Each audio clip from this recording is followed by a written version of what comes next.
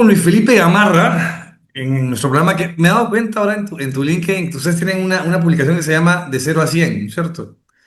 Y ahí Así está, es, este nuevo segmento se llama De cero a empresa, pero bueno, ahí está parecido. está Este, preciso. y vamos a hablar de la empresa de edición limitada, tu consultora. La idea es que la gente conozca un poco cómo llegaste a hacer la empresa, cuáles fueron los retos que encontraste, satisfacciones también, un poco para que la gente que está pensando en generar empresa en el país sepa qué retos se enfrenta y también vea que las cosas cuando uno le mete empeño y metas y visión y qué sé yo, todas las cosas que se pueden hacer también funcionan. Que se animen también a intentar emprender, que es complicado a veces parece en este país, pero también tiene sus satisfacciones. Así que nada, primero agradecerte Luis Felipe, por acompañarme hoy día. Y nada, cuéntame un poco cómo empieza esta idea de edición limitada. Tú tienes una carrera de periodista, además. Esto es un viaje que viene de varias experiencias previas, imagino. Así es, José Carlos, otra vez esto, gracias más bien por ese espacio. Y sí, Edición Limitada nace, digamos, como empresa empezamos en el 2016, ya este año vamos a cumplir 10 años, para nosotros es ya un hito importante y ahí te voy a contar un poco por qué. Pero sí, efectivamente, yo vengo de haberme dedicado más de 15 años al periodismo. El periodismo, digamos, dedicado desde las diferentes, digamos, espacios que tiene el periodista, ¿no? Desde redactor, editor, he pasado por secciones de temas de economía, temas de sociedad, he pasado por temas de negocios, incluso investigación hecho en algún momento. Pero creo que hacia el año, sí, 2010, 2011, empiezo a colaborar con varios medios, desde la parte impresa, sobre todo en revistas. Y es ahí que nace un poquito el germen de lo que va a ser más adelante Edición Limitada, porque como periodista freelance empiezo a colaborar con varios medios, pero no era un periodista freelance como normalmente es un periodista en el que freelance es muy entendido en el periodismo como el cachuelo, ¿no? El que haces una colaboración de vez en cuando. Adicional a algo que Mi hace. obje- Exacto, muy eventual. Mi objetivo era ser un freelance permanente. Entonces, ¿qué hacía para lograr ese ser freelance permanente de 5 o 6 revistas al mismo tiempo durante varios años? Le resolvía varios dolores que tenía el editor. ¿Qué dolores tiene un editor de revista? Primero, necesita propuestas de temas para llevar a sus directores. Y necesita que esas propuestas las haga un redactor que cumpla las fechas, que era algo que no era muy común, pero que cumpla las fechas y que además sea un buen texto, bien investigado, bien redactado, digamos, cubriendo todos los ángulos posibles o el enfoque del encargo. Era como una especie de periodista tercerizado, o sea, un equipo de periodistas tercerizados. Exacto. Entonces lo que yo hacía era aliviar ese dolor de cabeza a los editores que confiaban en mí. Entonces siempre estaba, antes del cierre, ya les estaba presentando 3 o 4 propuestas de temas Tras para que ellos las llevaran. el Meta GPT eras tú, como que el En ese ChatGPT. entonces, que no había ChatGPT. Entonces les llevaba ya los temas, además les decía que los podía hacer rápido y ellos ya sabían y confiaban que lo podía hacer bien. Entonces estaba colaborando en 5 o 6 revistas al mismo tiempo. En esa época que habían revistas me gustaba ir a los puestos de periódicos y ver 6 portadas en las cuales yo sabía que mis artículos estaban dentro de esos textos. ¿Estabas tú solo Entonces ahí? había cierta... ¿Perdón? ¿Eras tú solo en ese momento o eras un equipo de más gente? No, era solo yo, solamente yo. Entonces, estamos hablando de un Entonces momento que tú tenías pero básicamente era un tema de freelance tuyo, todavía no era una empresa en ese momento, sí. exacto, era solamente yo el que hacía todas estas propuestas a 5 o 6 publicaciones al mismo tiempo y entonces ya empecé a manejarme a mí mismo como una empresa, es decir, sabía que tenía clientes que eran estos 5 o 6 medios, a veces incluso intervenía otro cliente más que era una empresa que quería hacer una memoria, de repente había otra que quería que yo sea el editor, no solo de un artículo, sino de toda una publicación. Entonces Tú empezaron a solo. entrar cada vez más ¿Mm? Oh. Más productos y eso era bastante bueno para la empresa que era yo en ese momento. Y en un punto llega el año 2016, más o menos agosto, septiembre, y yo estaba como editor de la revista Aptitus, que era del comercio. y el gerente del producto Aptitus toma una decisión que es la primera vez que yo, por lo que tengo entendido, hace el comercio. El comercio normalmente pues tiene un área de revistas, que en ese entonces era bastante potente, veía varias publicaciones al mismo tiempo, y lo que hacen, o me propone este gerente del producto Aptitus es, oye, te voy a dar toda esta publicación porque en realidad me gusta tu trabajo, pero ya ten el control absoluto tú, porque en el área de revistas a veces sus procesos o su burocracia hacía que las decisiones se manejaran un poco lento. Entonces me decía, te doy todo el producto y tú eres, yo soy el cliente de tu empresa. Y me dijo, y ya tienes empresa, ¿no? Y le dije, no, no tengo empresa, porque siempre era yo haciendo las cosas, ¿no? Ya, entonces me dice, haz tu empresa y te doy todo el producto, que era la revista en ese momento. Entonces con mi esposa hablamos, pero en ese momento no teníamos mucho, tampoco una visión empresarial. Ella venía de haber sido fotógrafa varios años en un medio que es la República, yo venía de haber colaborado en varios medios, y lo que hago es conversar con algunos amigos que ya tenían empresas constituidas que daban servicios a este tipo de medios. Ya. Entonces les pregunto, oye, ¿puedo asociarme a ustedes para hacerlo juntos? Sí, claro, me dice, hazlo y cuando emitamos nuestra factura te cobro el 12% por la factura. Y yo regresaba y le decía a mi esposo, oye, no van a hacer nada y me va a cobrar el 12% de la factura. Claro. Ni siquiera me ofrecían una sociedad, algo. Y pregunté así a tres personas que son mis amigos, ¿no? Pero, digamos, obviamente tenían una mirada en ese momento, ya después los he molestado Por cortoplacista. suerte, porque te motivaron a poder crear tu título. Así es, por suerte. Entonces finalmente hablamos con mi esposa y decimos, ya, pongamos la empresa y así nace Edición Limitada. Habían otros nombres tentativos, pero a ella se le ocurrió Edición Limitada. Qué bueno que se registró primero ese nombre porque los otros no eran nada Está tan creativos. bueno. Creo que una opción era Luis Felipe Gamarra Saco, IRL, así que no, no servía. Es que en ese momento, José Carlos, no teníamos la idea de en lo que podíamos hacer Ya. con Edición Limitada. Solo fue un tema para aptitud, digamos, que se abrió la empresa y después ya se ponen a ver la posibilidad. Y el camino es este. Empezamos, digamos, con un cliente único, que es el comercio, para su producto Aptitus, y dentro de la gerencia de Aptitus también estaba otro producto, que es Urbania. Ya. Urbania también trabajaba con la unidad, con su empresa hermana, que era la unidad de revistas del comercio, y en un momento, como ve que el trabajo está fluyendo bastante bien, los objetivos se están cumpliendo, de hecho incluso las suscripciones subieron en el caso de Aptitus, me pregunta el gerente de Urbanía si también podemos hacer la revista conmigo. Yo le digo, claro que sí. Empezamos a hacer entonces ya no solo Aptitus, los clasificados de Aptitus que salían dentro del diario, hacemos ahora Urbania, la revista, más un producto que estaba dentro, que era Urbania también, dentro del diario, que eran unos artículos antes de los clasificados, Oye, había unos artículos con pero para ese eso se punto llama. ya tenías más gente en tu equipo, imagino, ¿no? ¿O no? Ahí, claro, ahí ya éramos, digamos, para hacer cada revista, claro, sumaba equipo freelance, Armador. exacto, pero sí ya tenía un equipo fijo que era pues un diseñador fijo, algún redactor por ahí fijo para poder hacer estos productos a la velocidad que se requería. Ujú.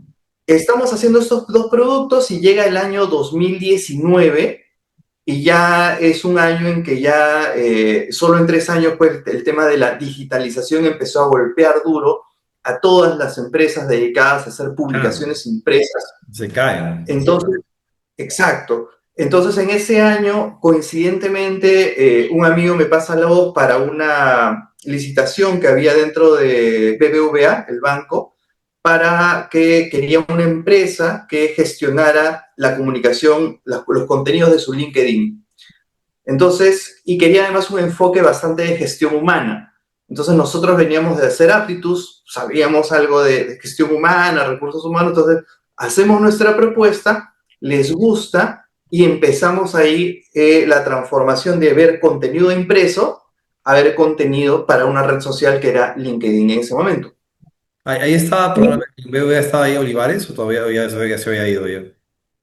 Luciano Olivares. No, ella me parece que ya se había ido, sí, me parece Latina. que ya se había ido, pero este era un contrato que lo gestionábamos directamente con la unidad cliente gestión humana. Es decir, eso estaba bajo la vicepresidencia de recursos humanos. no lo veía el área de marketing. Ujú. Eh, entonces ganamos la licitación, un contrato anual que después se fue renovando y ya estábamos haciendo contenido. De ahí nosotros también producíamos contenido para blogs, artículos, ya como dice el mitad, pero para otras agencias de contenido, agencias de marketing o publicidad. Pero de pronto venía directamente el cliente y me dice, oye, me gusta cómo están trabajando ustedes, me gusta el estilo, el contenido, pero ya no voy a renovar contrato con mi agencia de publicidad o mi agencia de marketing. Ustedes pueden ver todo lo que yo veo con mi agencia de marketing. Y yo decía, ¿qué es todo? Me dicen la web, los blogs, el SEO. Y yo decía, claro que sí. Y en ese momento, para serte franco, no tenía idea cómo Ya, hacerlo. Entonces claro. lo que hacía era recibir el encargo y mientras tanto conseguir el equipo, armarlo y ponerme a disposición de ese requerimiento. Pero veo que hasta este punto en realidad, o sea, tu mayor valor en este caso fuera de la propuesta era tu propia calidad personal, ¿no? Porque te pidieron lo de aptitud, te piden el tema de ser agencia, o sea, te han ido pidiendo a ti. Y esto en base a que a la calidad del trabajo que generabas. Digo, para que la gente también entienda que no es que en tu caso puntual, no es que tú estuvieses tocando puertas por todos lados, sino que se te han ido abriendo oportunidades en base a tu producto final, ¿no? O sea, lo que la gente veía. Creo que tiene que ver mucho con la actitud que desarrollé o con la atención que desarrollé cuando era freelance, de Ujú. siempre estar atento a los dolores de la necesidad, ¿no? O sea, en ese momento, como te decía, un editor necesitaba temas creativos y además que alguien los haga bien y que los entregue a tiempo. Y es más o menos lo que yo, la sensibilidad que desarrollé con estos clientes nuevos ya en digital, que era, tengo un dolor, necesito que alguien lo ejecute y lo ejecute bien.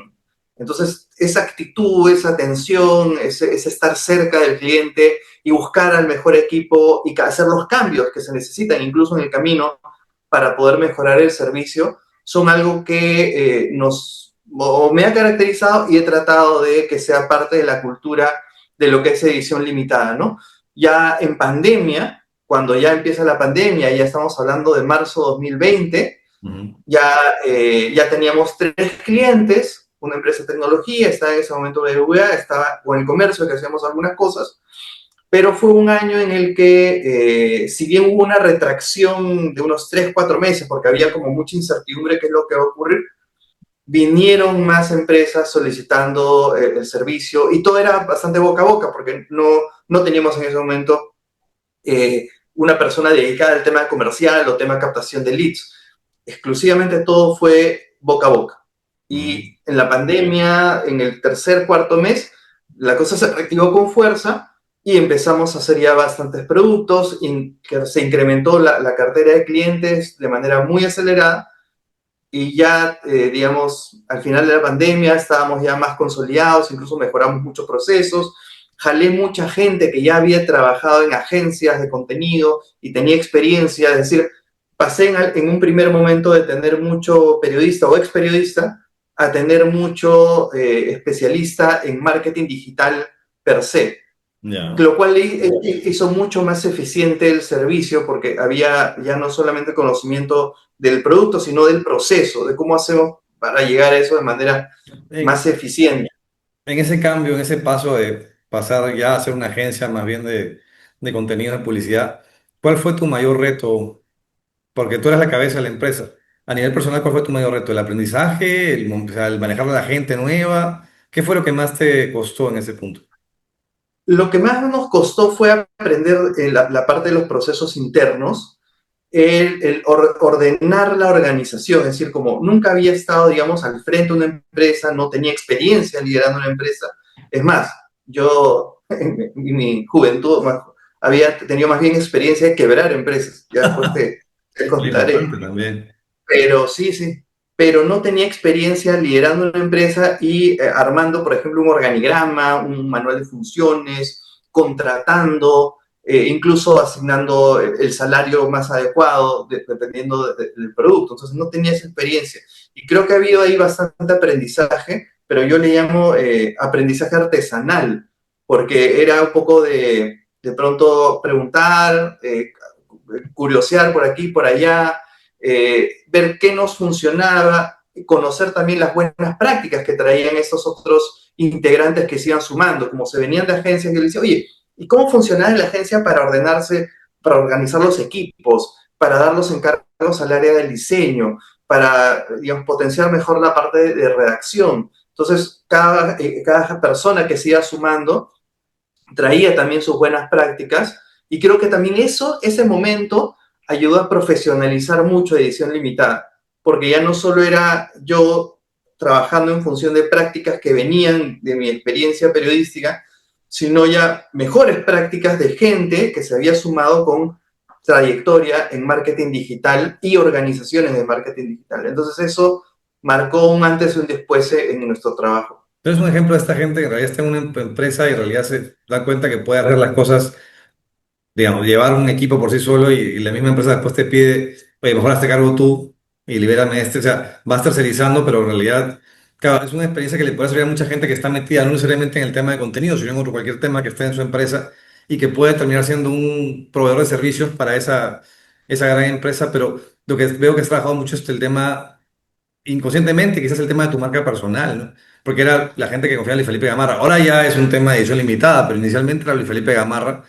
Ahora, tienes un par ahora dentro del equipo al que tú le puedas, por ejemplo, delegar. ¿Has podido llegar a delegar fuertemente el liderazgo para poder irte de vacaciones un mes sin que se caiga la empresa, por ejemplo? Porque también debe ser un tema complicado. Y me cuesta mucho salir de vacaciones porque en mi época, digamos, de periodista y freelance nunca salí de vacaciones. Es más, yo tengo una plantilla de correo electrónico cuando estoy ausente, que es esto, por insistencia de mi esposa me veo obligado a salir de Ah, vacaciones tantos días, ah, pero igual voy a estar presente, cualquier cosa. La cosa es que sí, o sea, justamente en esta profesionalización, un cambio en el organigrama ya vino por el lado de los líderes de equipos. Entonces tengo ciertos líderes de equipos que están a cargo a su vez de marcas y coordinan directamente con el cliente. Entonces llega un punto en la semana o si estoy ausente por X motivos, que cada uno se hace cargo de sus propios equipos y elevan cosas a mí ya cuando de pronto el cliente tiene alguna consulta específica relacionada de pronto a, oye, ¿cómo podemos plantear temas estratégicos? ¿No? Entonces, siempre cuando ya hay una mirada estratégica, el cliente pide un poco que yo también esté ahí, entonces me involucro, pero generalmente el día a día lo maneja cada líder de equipo. Y justamente coincidentemente, nosotros cumplimos el año pasado 9 años. Y cuando cumplimos 9 años hicimos una reunión pues, de todo el equipo y ya sumamos 35, 40 wow, personas del equipo fijo, más es equipo que se bastante. va sumando por proyectos. Y ahí Ya. me di cuenta que éramos bastantes, que era un poco la parte obvia.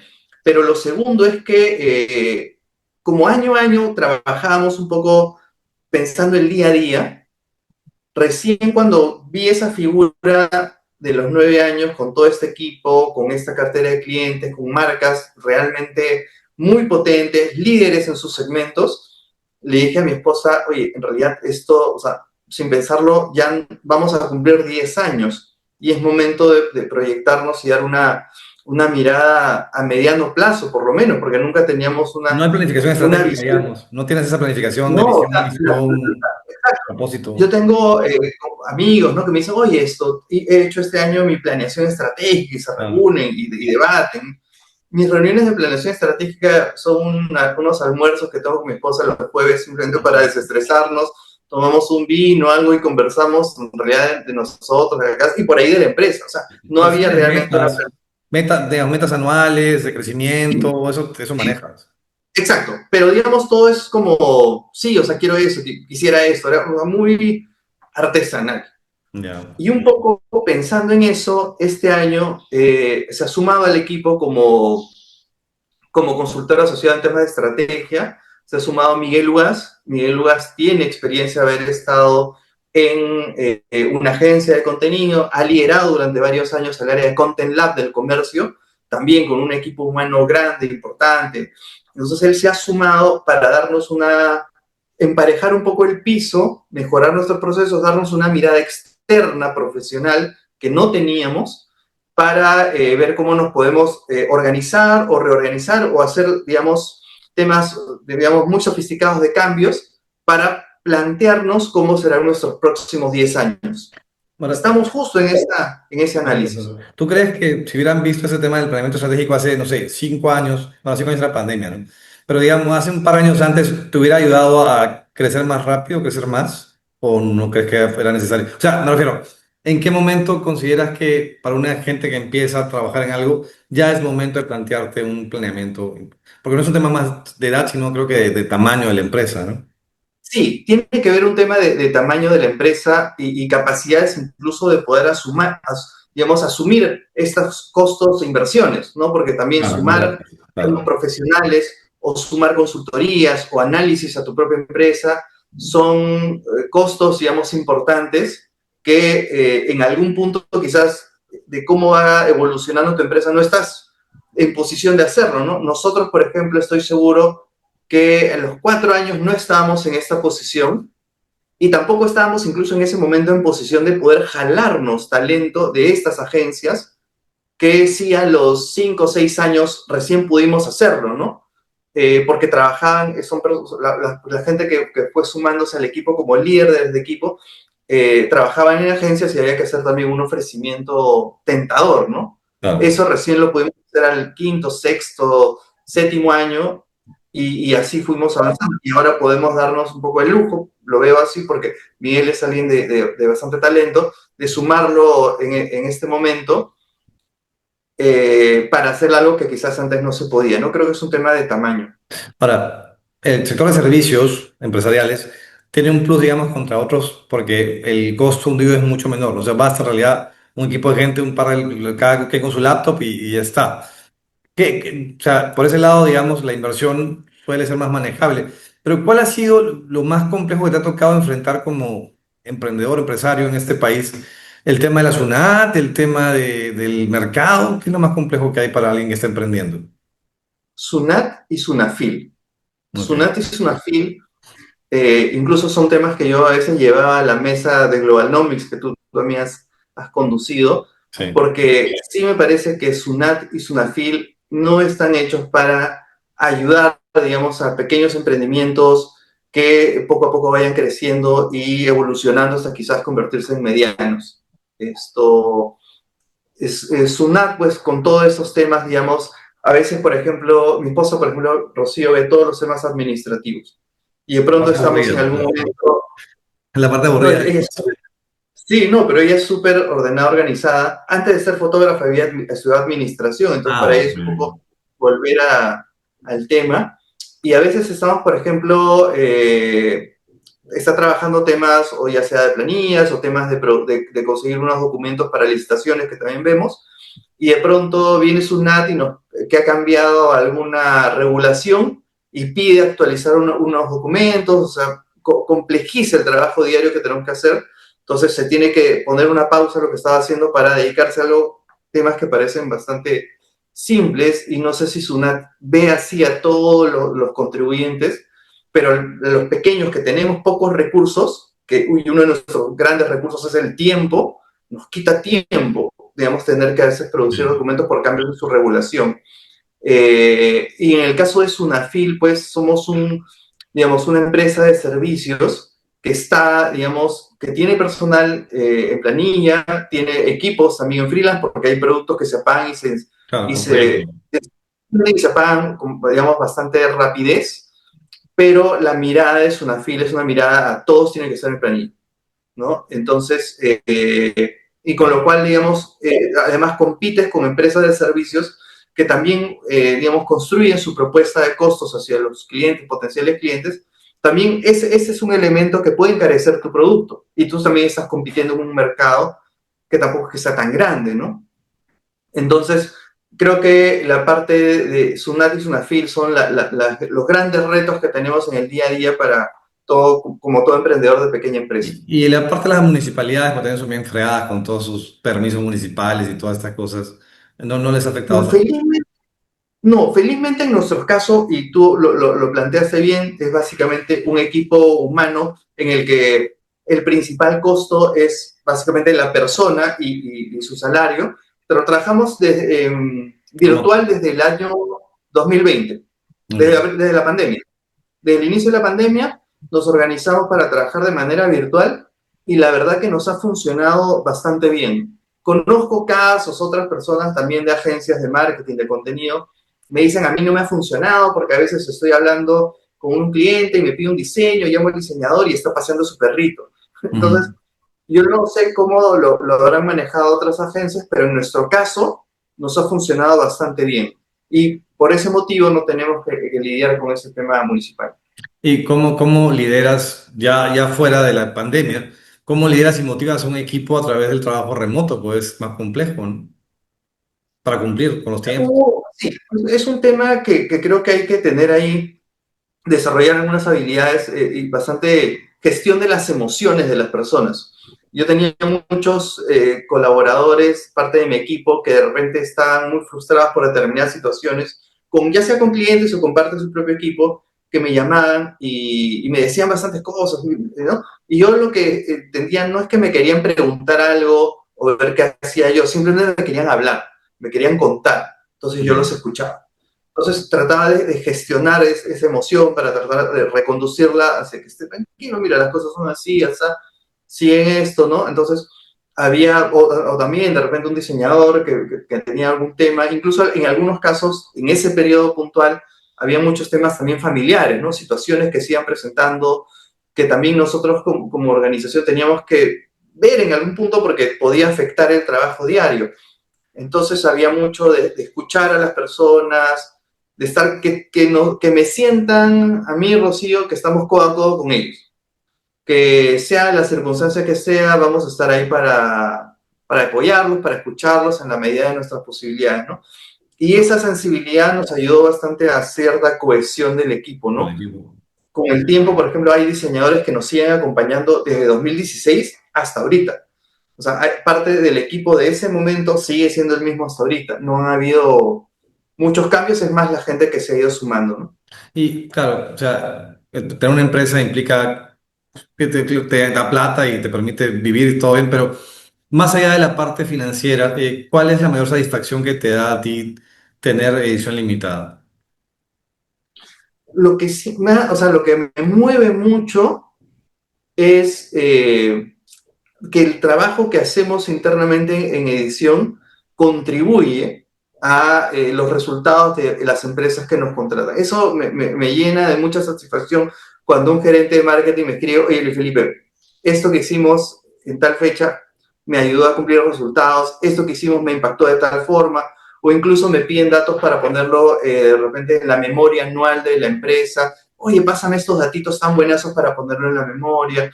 O sea, saber que lo que estamos haciendo tiene un impacto Impacto. concreto, real, en estos gerentes de marketing, porque muchos gerentes de marketing al final, lo que, digamos, los líderes de una empresa no saben quién está en el día a día haciendo sus copies o su contenido, sus diseños en redes sociales, sino van con el gerente de marketing y les dan las gracias por esta gran ejecución de la estrategia que tienen en el año.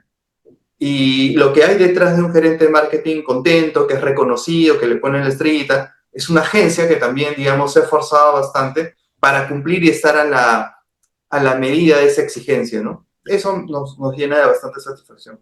¿Y cómo hacen ustedes para buscar nuevos clientes? O sea, hay un tema hay un equipo de prospección, este tipo de, mandan, digamos, publicidad a través de redes. ¿Cuál es un buen canal para una persona? ¿Tú cuál dirías que es un buen canal para una persona que está comenzando con el negocio de asesorías, consultorías, una empresa consultora?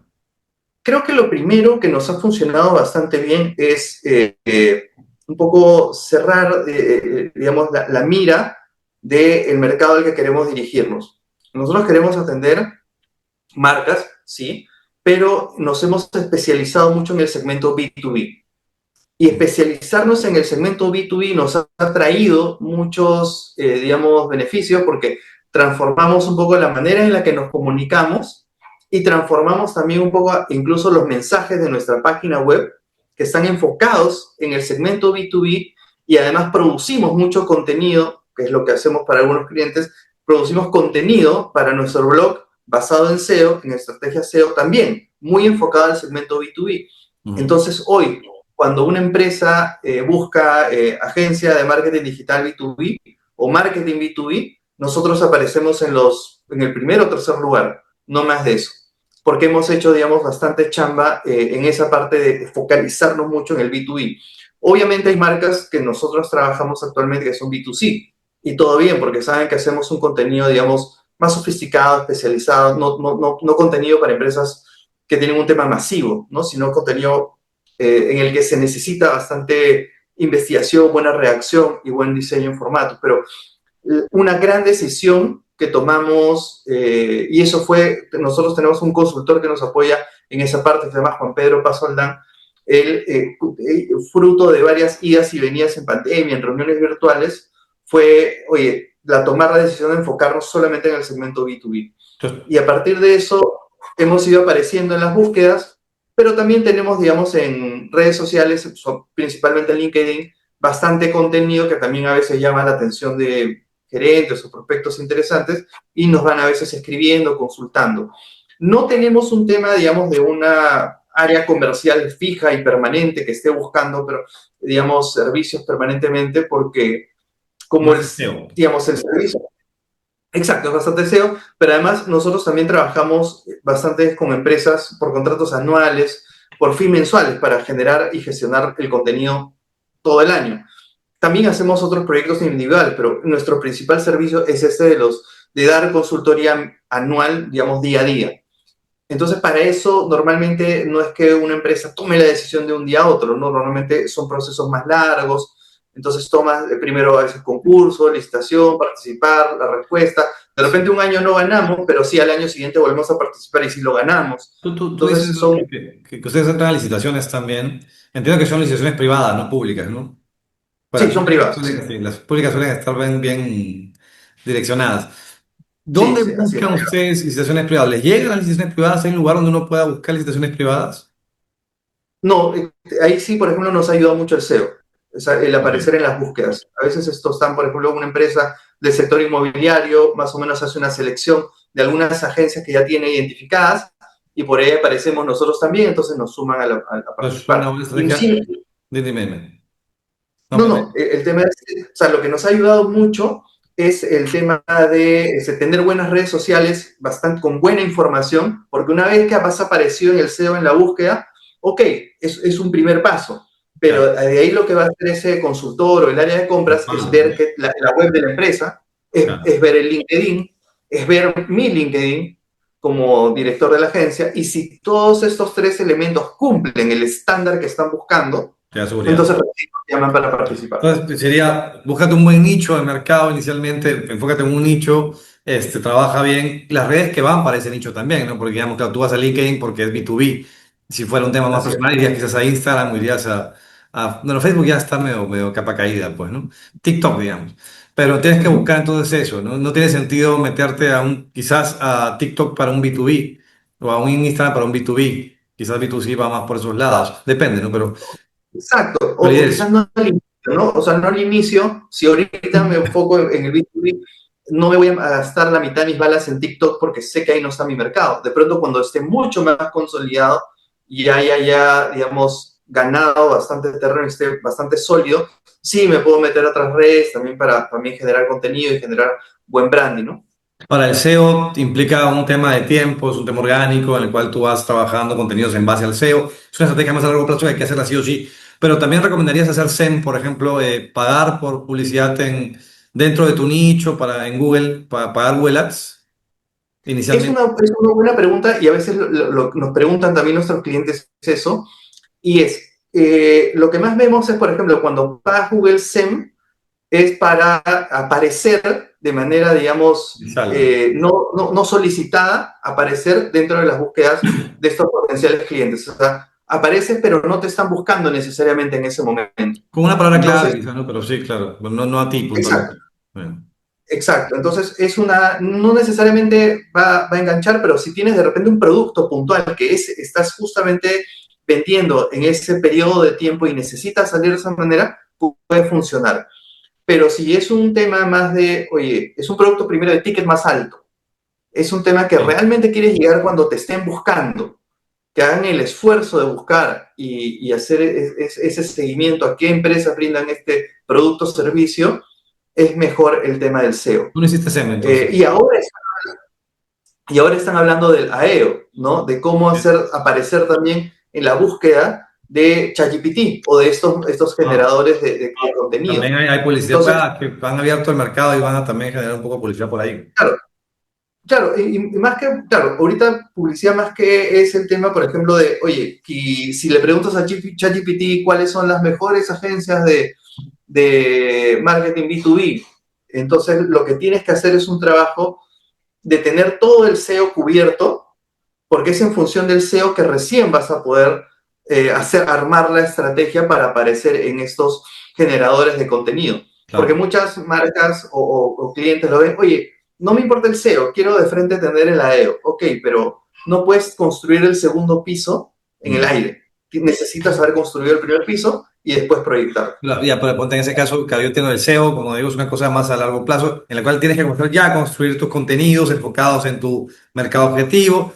Vas a ir construyéndolo poco a poco. No es un tema que se te va a dar de la noche a la mañana, ni es de un mes, es un tema más a largo plazo. Sí, Mientras que haces exacto. eso, mientras que haces ese SEO y lo produces y vas generando marca, ¿cómo buscas clientes que te respalden? ¿No? ¿Cómo empiezas? ¿Cómo arrancas? Alguien que está pensando ya, ok, hago mi SEO, pero ¿cómo arranco para comenzar a buscar clientes? En tu caso fue por gente con la que tú trabajabas antes, ¿no? O sea, tú trabajabas de periodista.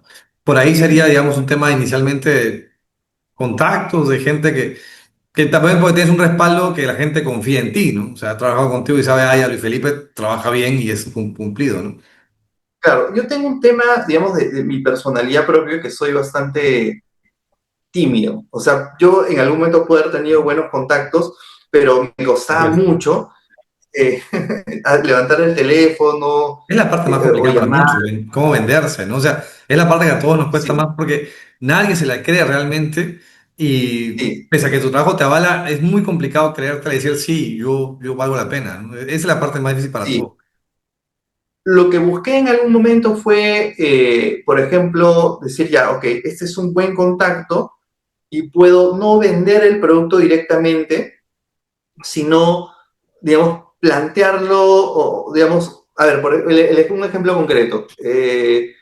Justo cuando nosotros ya estábamos haciendo contenido digital, teníamos un columnista importante en Aptitus que estaba emprendiendo la construcción de su estudio de abogados propio, con su marca propia, nuevo, de cero. Entonces vi eso y dije, ya, le voy a escribir. No le tenía mucha confianza, nos conocemos muy poco, solo coordinábamos el tema de las columnas. Y le digo, felicitaciones por la construcción de tu nuevo estudio. Si tienes alguna necesidad en marketing digital, acá estamos. Nada más. Ujú. Y al mes me escribe la gerenta general de esa empresa para ponernos a prueba entre tres agencias que ella consideraba que podían sumarse. Nos sumó a nosotros como un cuarto, participamos del concurso, hicimos la propuesta y le gustó. Este contacto que tenía no intervino para nada, ni no le dijo, mira esto, solo le dijo, mira, me ha llegado esta propuesta y se la derivó totalmente. Hay que Entonces lanzarse puede ahí. ser que, claro, exacto, puede ser que en algún momento pues, había confianza, pero no intervino. Cuando el año pasado nosotros ganamos una licitación grande, privada, de una universidad, yo ya había venido, y por ejemplo, hicimos el libro, ¿no? Este libro de 0 a 100 que hicimos también con Miguel Luas, hicimos el libro y entrevistamos a una de las ejecutivas de esa universidad. En ese momento tenía otra agencia. Y en ese momento oye, me dijo, me gusta cómo están trabajando ustedes, participen en este concurso.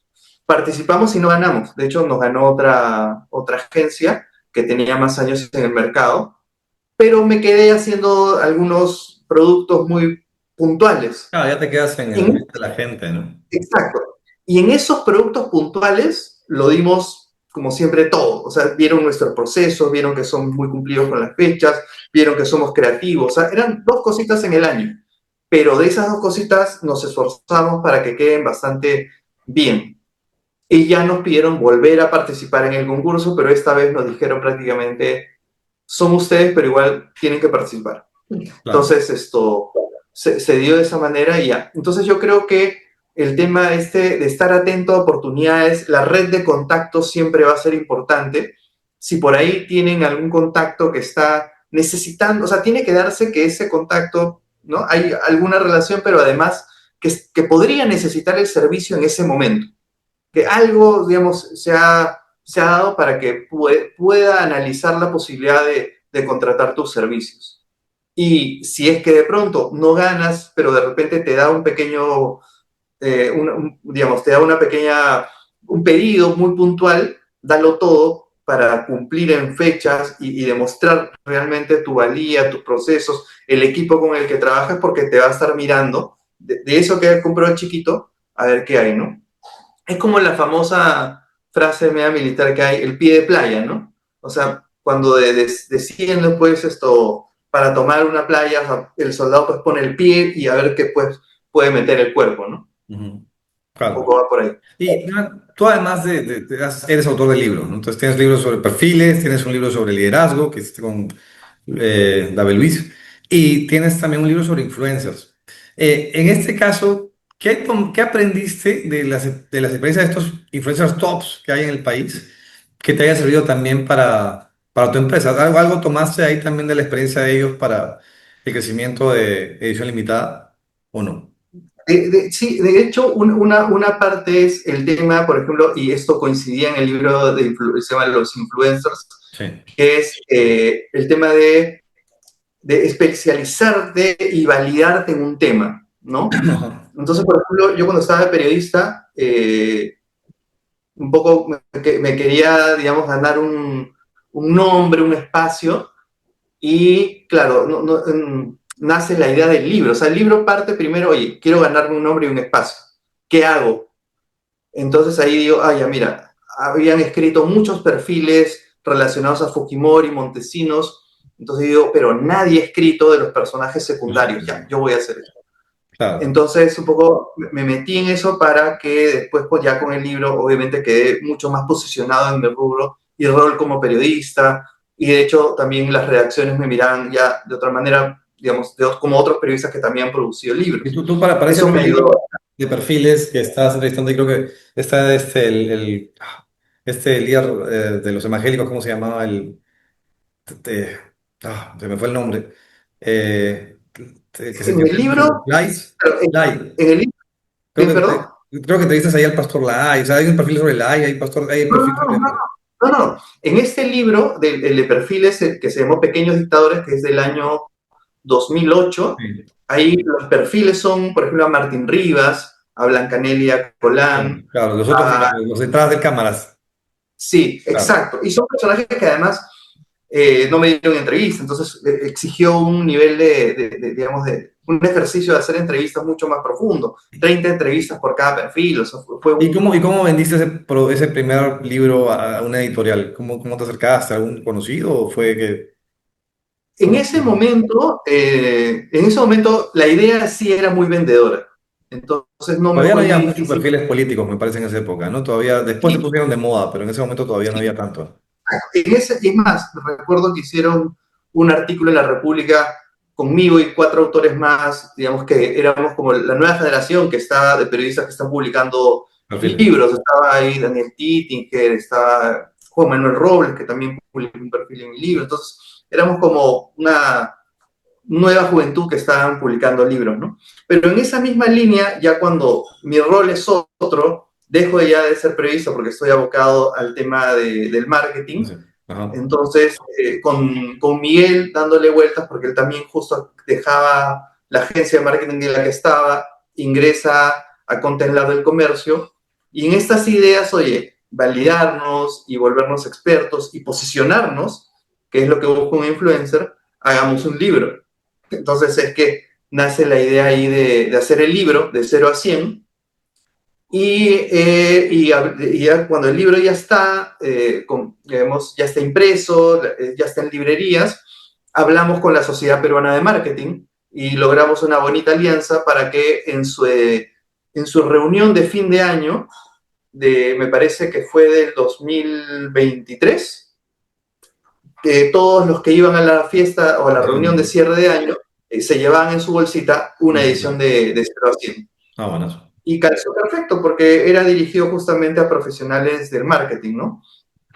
Igual lo hicimos con influencers Y otra cosa que nos ayudó mucho a seguir posicionándonos, que es otra vez, valídate en tu segmento, métete, digamos, para que te vean dentro del rubro en el que estás. Nosotros lanzamos el 2024 y el 2025, un poco ahí con tu apoyo a través de Perú Top Publication, el ranking de líderes B2B. Entonces, como había bastantes también, no bastantes, pero sí 2 o 3 rankings de ejecutivos en LinkedIn o en comunicación digital, nosotros vimos una oportunidad porque dijimos, nosotros somos la agencia B2B y no hay ningún ranking o ningún listado de profesionales ejecutivos en LinkedIn, especialmente del segmento B2B. Ujú. No hay hasta ahora. Solo nosotros hemos sido los primeros y somos ahora los únicos. Entonces nosotros ahí planteamos 4 rubros que eran netamente B2B, que es el de empresas de servicios legales, empresas de servicios de consultoría, empresas de tecnología y empresas de servicios de recursos humanos. Entonces teníamos ahí una lista de 40 ejecutivos y eso nos ayudó también a posicionarnos y validarnos dentro del rubro de estas empresas, y a través del ranking, de manera, digamos, indirecta, hay empresas que nos han ido pidiendo Claro, servicios porque no nos conocían, te no sabían conocen quiénes por eso, éramos. claro. Lanzas un producto que te Y nos conoce, que es curioso. Claro, ponte por ahí, no necesariamente necesitas una alianza con gente como el comercio, porque me puedo pensar ahorita, está este blog creo que es Luis Linares, si no me equivoco el nombre, perdón, pues en realidad también es seguidor de mi noticiero. Luis Ernesto Linares, me parece que tiene un estudio que él saca cada año sobre las familias más ricas del país. Y él lo saca en su blog personal, pero claro, como es tan buen trabajo, termina teniendo difusión en todos los medios, ¿no? Eh, así es. También es el tema, o sea, no hace falta pensar que Claudio Felipe conoce por su chamba, conoce a la gente del comercio y lo demás, pero en realidad también puedes lanzarte y lanzarlo desde tus medios y difundirlo a través de LinkedIn y demás cosas, porque si es un buen contenido, va a generar también una difusión importante, ¿no? Entonces, seguimos con el tema que lo principal es el nicho. Yo estaba pensando ahí, en el caso de ustedes, claro, tu nicho es B2B. Pero ¿en qué punto tú defines, mi nicho es B2B? Porque comenzaste, claro, un poco trabajando para lo que te iban pidiendo. ¿Y en qué punto dices, o sea, hay una reunión en la cual dicen con tu esposa o quien esté más ahí en el equipo, dicen, ya, este es el nicho? ¿O simplemente es como que era obvio que era B2B?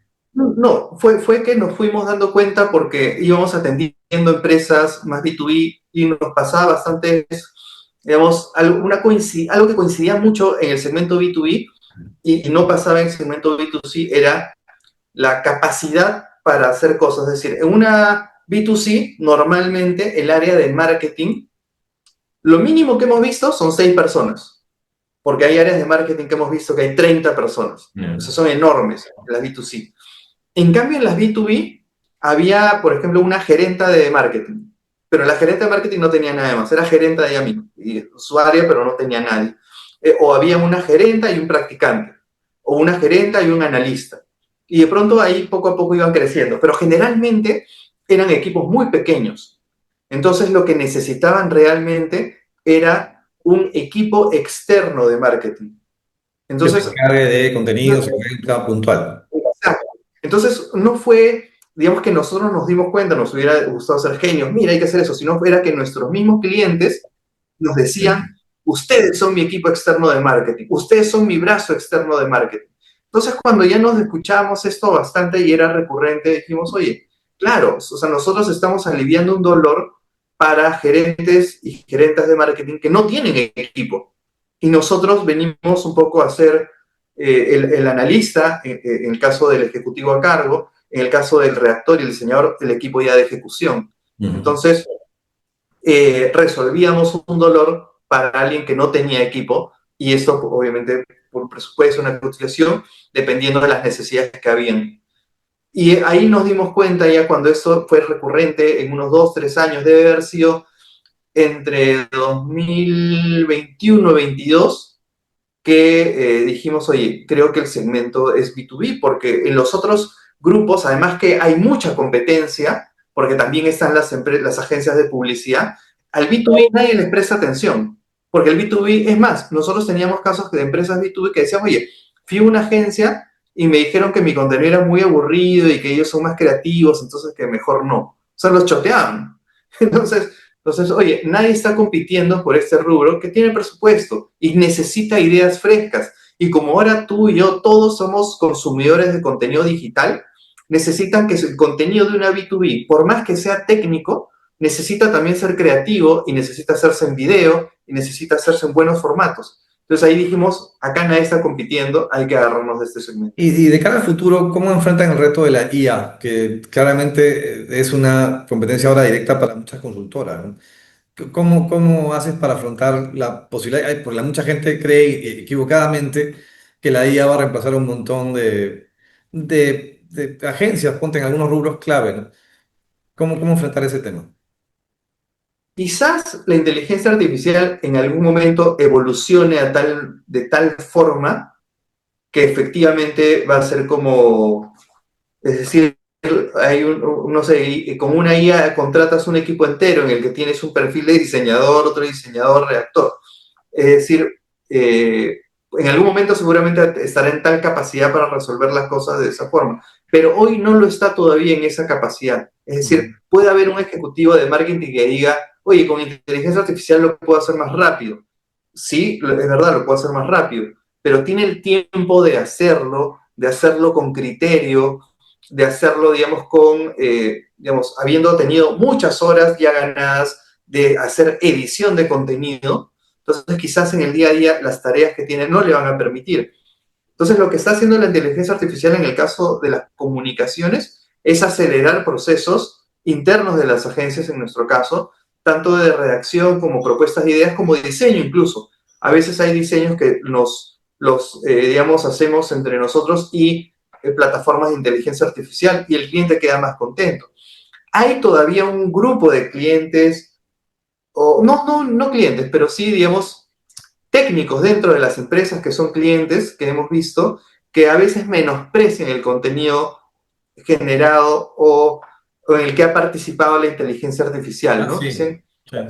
esto, o sea, como que eso lo hace cualquiera, pero en realidad creo que cada vez se van a dar cuenta que generar un prompt con criterio y además estar revalidando el prompt, es decir, te vota un contenido o te vota una idea o una propuesta y revalidar y revalidar y revalidar hasta que salga el contenido que está buscando, es un proceso que quizás tú dices, oye, un practicante con ChatGPT me da el resultado A, pero un editor con experiencia, además de haber editado y redactado, con ChatGPT el resultado va a ser, o sea, O sea, A más. sí lo usan como herramienta, Exacto. digamos.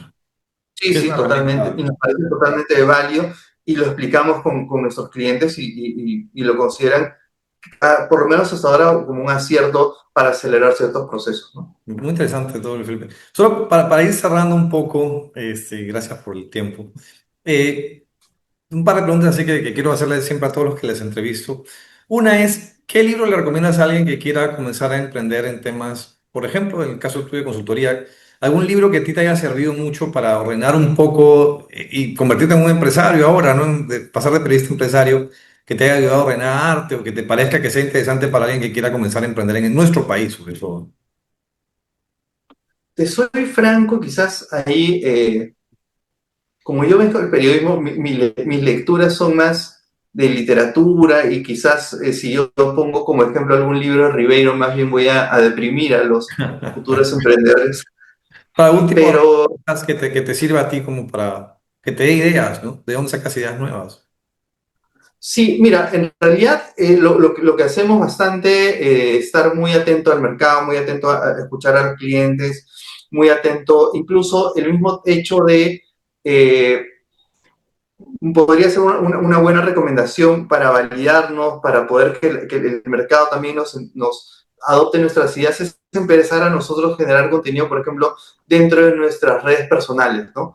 Y el generar contenido no es solamente generar cualquier idea, ¿no? Sino investigar, producir buen contenido, coger, digamos, Porque, cifras, coger ideas. porque, Eso ojo, también ayuda, ¿sí? ojo, yo, por ejemplo, yo desde mi lado me pongo a pensar, tu libro de influencers es un libro que va de mucha ayuda para la gente que quiere comenzar a aprender a hacer marketing personal, que es la base, digamos, para todo lo que tú has arrancado.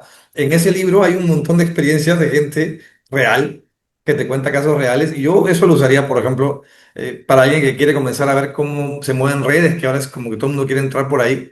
Es un Yo le gran iba a decir, ayuda. pero iba a sonar a algo no tan bonito que yo mismo lo recomiendo. Te Pero agradezco. está bien, les recomiendo eso, pues este es un buen libro. Ahora, como es, hay otros también, ¿no? Aparte, hay libros que yo hay uno que me gusta a mí mucho que se llama Ujú. Mentores, que es un blocón así de libro, pero que son como que cosas cortitas de un pata, no me acuerdo ahorita el nombre, pues el libro se llama Mentores, no lo tengo acá, lo tengo en casa, que lo que hace es preguntarle, le manda una lista de 20 preguntas a diferente gente que él admira, de diferentes campos, Ujú. deporte, empresarial, de políticos, y les hace la misma pregunta a todos, ¿no? Y preguntas así medio random sobre, por ejemplo, qué libro recomienda, sobre alguna experiencia en la vida, cosas muy puntuales, pero lo mismo a todos. Y la gente manda como que, ay, está Oprah, está un montón de gente importante ahí. Y mandan como que, no todas las preguntas, algunos responden algunas cosas, otros otras. Pero me parece súper bacán porque te abre la mente a cómo gente que tú puedes admirar o recién estás conociendo ve el mundo de manera distinta en diferentes campos y te abre. El libro de influencias también te abre la mente al saber cómo el Cholo Mena, cómo Chujoy, cómo gente maneja su orden mental para llegar a hacer lo que ha hecho, te abre un montón de campos, ¿no? No solamente es que te abre la forma de pensar, no sé, que el Balance Scorecard te abrió la forma de pensar cómo gestionar algunas cosas, sino que también la manera en que gente que ha hecho grandes cosas, funciona en su cabeza y se ordena, qué Ujú. sé yo. Porque ponte esto que hablábamos de los nichos, claro, en ese libro está claro que la gente está ubicada en un nicho. O sea, tú puedes que conozcas a las misas pero viajeras, pero ellas tenían un nicho puntual al que iban y eso les funcionó. Porque está Ujú. también esta sensación que tienen todos los que hacen empresa al inicio que dicen, no, yo le quiero vender a todos y quiero ir a todos los mercados. Eso no funciona. Pero ahí ves Sí. casos reales en los cuales, ¿por qué? Es que lo otro sí funciona, te acota a algo que tú manejes bien claramente y que te guste hacer y qué sé yo, pero acótalo, ¿no? Es importante. Otra pregunta que te iba a hacer, ¿alguna serie o película que tú recomendarías así a gente que esté haciendo, que a ti te llama la atención, que dices, ah, mira, esto es interesante como un caso o como un ejemplo de alguien que ha hecho empresa, que te haya Me gustado? gustó mucho digamos, o sea, me gusta mucho una película que, aunque no, digamos, tomando las lecciones tal cual, pero me parece cómo Sí. gestionas las directivas, ¿no? El Padrino, ¿no? Ya, No claro. digo que no se convierta en gángster, Pero pero es sí, o sea, emblemático, claro. te da una idea de gestión digamos, no el poder sí, pero también de gestionar a las personas en determinadas posiciones, la intuición, saber, oye, esto acaba por ahí, el La padrino era un personaje, lealtad. La la lealtad se maneja lealtad. mucho, ¿no? El tema de la familia, que en un caso de una empresa puede ser también un tema de lealtades. Claro, en el padrino está bastante claro. Además, es un liderazgo muy claro, ¿no? Sucesión también. Sí, es un ejemplo. Es una buena película, además. La 2 me gusta más que la uno. Ahora, hay una, claro, y también, y esto ya en general, no necesariamente ya basado en ficciones, pero hablaba, yo te comentaba al inicio que yo quebré una empresa hace varios años. Yo, cuando recién, antes de ser periodista, no tenía muy claro qué quería hacer y con un amigo pusimos un bar cerca a la Universidad de Ingeniería de la Uni Ya. y pusimos para vender cerveza y teníamos la idea de que van a ir un montón de universitarios. Entonces, efectivamente sí, pero claro, era irresponsable. Yo tenía 25 años, más seguramente era lo que consumía que lo que vendía. Entonces, No es rentable. no fue bien. Pero ahí lo que ya con el tiempo racionalicé y entendí era que había esta idea en algunos emprendedores, hay que hacer algo y después el negocio funciona como un relojito suizo y tú te apartas.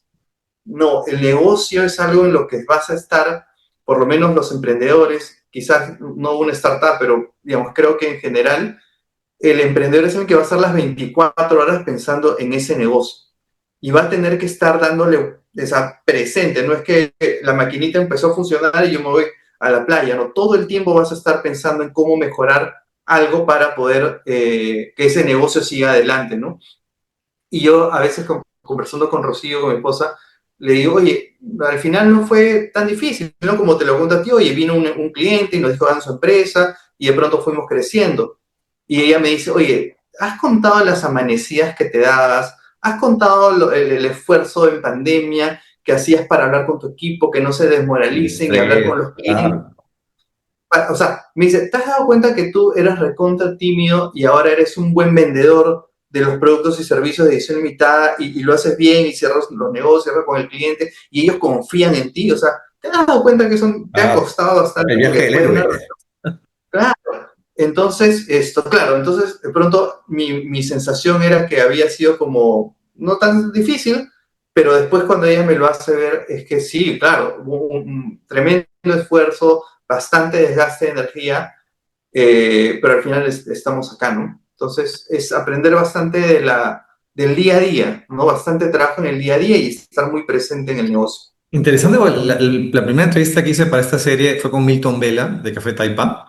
Y Milton también, Claro. Milton comenzó con un blog personal, hablando de temas de marketing y terminó siendo una empresa. En tu caso, En era la época, y, ajá, en la época en la que Milton publicaba Café Taipá en el 2009, era un blog efectivamente, y yo publicaba un blog en el comercio, también el mío era de publicidad, publicidad y marketing. Yo había estudiado publicidad originalmente, pero no me dediqué a eso. Y con Milton intercambiábamos ideas, él a veces rebotaba alguna cosa que yo había sacado en su blog en 2009, yo rebotaba alguna cosa de Milton y así nos fuimos conociendo.